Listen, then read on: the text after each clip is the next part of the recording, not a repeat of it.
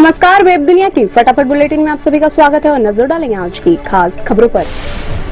प्रधानमंत्री नरेंद्र मोदी ने कहा, जर्मनी के चांसलर ओलाफ शोल्ज ने हर साल 90,000 भारतीयों को वीजा देने की घोषणा की है। अब कौशल विकास की जिम्मेदारी हमारी है। भाजपा ने महाराष्ट्र विधानसभा चुनाव के लिए 25 उम्मीदवारों की तीसरी सूची जारी की। नागपुर पश्चिम से सुधाकर कोले और नागपुर उत्तर से मिलिंद पंडुरंग माने को उम्मीदवार बनाया। जम्मू के अखनूर सेक्टर में नियंत्रण रेखा के समीप एक गांव से गुजर रहे सेना के काफिले में शामिल एक एम्बुलेंस पर आतंकवादियों ने गोलीबारी की। जवाबी कार्रवाई में सुरक्षा बलों ने 3 आतंकवादियों को मुठभेड़ में मार गिराया। प्रधानमंत्री नरेंद्र मोदी और स्पेन के पीएम सांचेज ने सैन्य विमान बनाने वाले भारत के पहले निजी केंद्र बड़ोदरा में उद्घाटन किया। टाटा एडवांस्ड सिस्टम लिमिटेड केंद्र में C-295 सैन्य विमानों का निर्माण किया जाएगा। महाराष्ट्र चुनाव के लिए एनसीपी शरद पवार ने जारी की एक और लिस्ट। पूर्व गृह मंत्री अनिल देशमुख की जगह उनके बेटे सलिल को दिया काटोल से टिकट। अब तक 67 नाम। वायनाड में चुनाव प्रचार के दौरान प्रियंका गांधी ने केंद्र की मोदी सरकार पर निशाना साधा। कहा, भाजपा के शासन में संविधान के मूल्यों को लगातार कमजोर किया जा रहा है।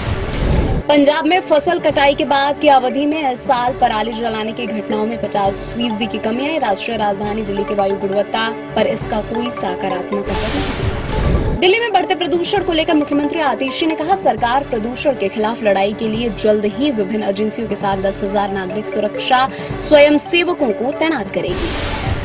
समाजवादी पार्टी के मुखिया अखिलेश यादव ने एक्स पर पोस्ट में कहा, एक हत्या का साहस और फिर डीएम आवास के पास लाश को दफनाने का दुस्साहस बताता है कि गुनाह करने वाले भाजपा राज में कैसे बेखौफ अपराध कर रहे हैं।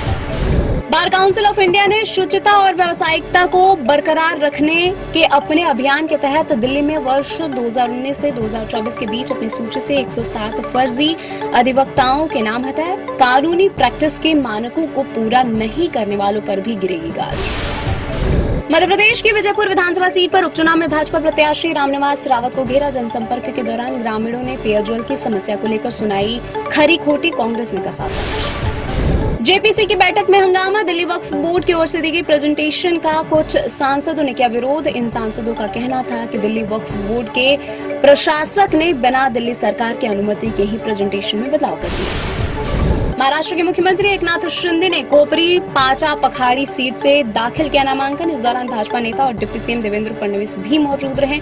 शिवसेना यूबीटी ने यहां से केदार दिघे को दिया है टिकट। अजीत पवार और योगेंद्र पवार ने भी बारामती से नामांकन दाखिल किया। झारखंड में भाजपा की एक और सूची। मुख्यमंत्री हेमंत सोरेन के खिलाफ बरहेट सीट से युवा नेता गमालियल हेम्ब्रम को उम्मीदवार घोषित किया। ग्रीन हाउस गैस का स्तर 2023 में एक नए रिकॉर्ड स्तर पर पहुंच गया। विश्व मौसम विज्ञान संगठन की रिपोर्ट में खुलासा, केवल 2 दशकों में 10% से अधिक की बढ़ोतरी। रूस और यूक्रेन के युद्ध के बीच नाटो का दावा, यूक्रेन के खिलाफ युद्ध लड़ने के लिए उत्तर कोरियाई सैनिक रूस भेजे जा रहे हैं। कुछ सैनिकों की तैनाती भी हो चुकी है। पहलवान चिराग तिकारा ने अल्बानिया टूर्नामेंट जीता और एक और स्वर्ण पदक। तिकारा अंडर 23 विश्व चैंपियन बनने वाले तीसरे भारतीय पहलवान बन गए हैं, जिसकी मदद से भारत ने टूर्नामेंट में एक स्वर्ण और रजत सहित 9 पदक जीते। शेयर बाजार में पिछले 5 कारोबारी सत्रों से जारी गिरावट पर सोमवार को लगा विराम। सेंसेक्स और निफ्टी में रही तेजी। आईसीआईसीआई बैंक में खरीदारी से बाजार में तेजी आई। सेंसेक्स 603 अंक चढ़कर 80,005 अंक, जबकि निफ्टी 158 अंक की बढ़त के साथ 24,339 अंक पर। भारत की सबसे पॉपुलर सीरीज मिर्जापुर लौटेगी बड़े पर्दे पर। अमेजन, MGM स्टूडियो और एक्सेल एंटरटेनमेंट ने किया मिर्जापुर द फिल्म का ऐलान। साल 2026 में सिनेमाघरों में होगी रिलीज। फिल्म में पंकज त्रिपाठी, अली फजल, दिव्येंदु जैसे कलाकार आएंगे। कार्तिक आर्यन की फिल्म भूल भुलैया 3 की एडवांस बुकिंग हुई शुरू। अब तक बिके लगभग 8,000 टिकट। एडवांस बुकिंग के जरिए लाखों रुपए का कलेक्शन कर चुके हैं। फिल्म बॉक्स ऑफिस पर सिंघम अगेन से टकराएगी भूल भुलैया 3। ये थी आज की फटाफट बुलेटिन और इसी ताज़ा अपडेट के लिए बने रहे हमारे साथ, यानी कि विजिट करें वेब दुनिया पर।